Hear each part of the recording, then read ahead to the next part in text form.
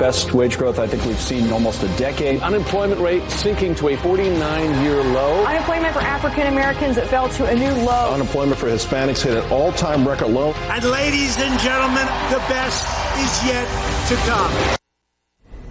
That's just part of President Trump's Super Bowl ad, one of them that's set to air tonight. And he's continuing to tout his economy, of course. Important to remember, the stock market and job numbers don't always tell the whole story. Joining us, Chris Burns. He's a financial planner and host of the radio show Dynamic Money. Good morning to you, Chris. Good morning. Listen, there's no doubt that there are numbers that can be propped up to the president. How much credit does he deserve in this case? Well, he should be pushing this. I mean, this is by far the cleanest way for him to move forward in his campaign, because there are really great things for middle-class Americans right now. We can't deny the reality that unemployment is incredibly low, that we're in the longest bull market in history, that job numbers are looking really good, even consumer spending is good. So in the short term, there's a lot going on that would make a middle-class person go, my life isn't bad economically. The real question is long-term. Mm-hmm. Yeah, how sustainable is it? Well, that's the question. So think about tax cuts for a second. When we did the tax cuts, that definitely stimulated the economy, and we've seen growth because of that.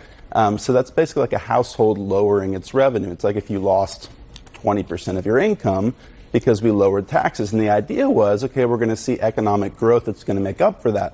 But at the same time, in an incredible bipartisan fashion, we talk about the government never working together. That's not true. They are great at spending our money. So the last 2 years, the government has passed remarkably high spending bills. So we had a $1.3 trillion bill. The president said, I will never sign something like that again. And he was right. He came back the next year, a few months ago, and signed a $1.4 trillion spending bill. So we have over $1 trillion deficit last year. And now the CBO, which just came out with a report last week saying those deficits are going to continue at least for the next decade and long term. So the real question is, what's the long-term impact of maybe, right now we stimulated the economy, but we're going to have this incredible debt going forward. So what does that mean? What does that deficit mean for people who are sitting at home this morning? Yeah, the hard part is it doesn't mean much for people sitting at home this morning. And that's why I think no one really cares about it. We care about our 401k going up. The S&P 500 was up almost 30% last year. We care about, do I have a job? And so you'll notice a lot of the strategic things this administration has done is going to feel very good in the short term.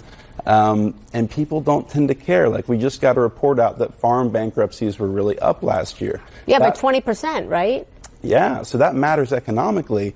But how much does that actually matter to a normal voter? If you're not a farmer, if you're not living in the Midwest, are you sitting and worried about the fact that farm bankruptcies are up? Will that have a long-term impact? Sure.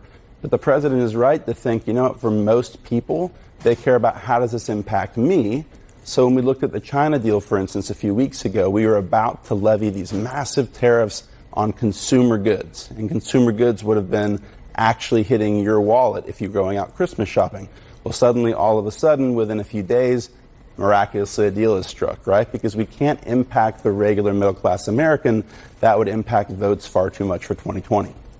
So when we say short term, I want to point this out. The president told the Washington Post in April of 2016, we're not a rich country. We're a debtor nation. We've got to get rid of this $19 trillion in debt. I think I could do it fairly quickly. I would say over a period of 8 years. We're in year 4 right now.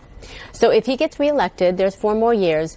When we talk about short term, what possibly could he do in that amount of time to turn this around? Yeah, nothing is showing this is going to turn around. I mean, honestly, statistically speaking, the debt has increased dramatically, and the CBO report says there's nothing telling us that's going to change, especially because in the end, if Congress keeps passing these massive spending bills, the White House is just going to say, look, we only have what they bring to our desk, and unless we want to shut the government down, we have to move forward with them, and everybody blames everybody else. So it's easy to say, yeah, we're going to take care of the debt, but unless we have some sort of bipartisan movement to make hard decisions there, which we have not seen, it's not going to happen. All righty. Chris Burns, always glad to have you on. Thank you. Okay, thanks so much. Sure. We'll be right back.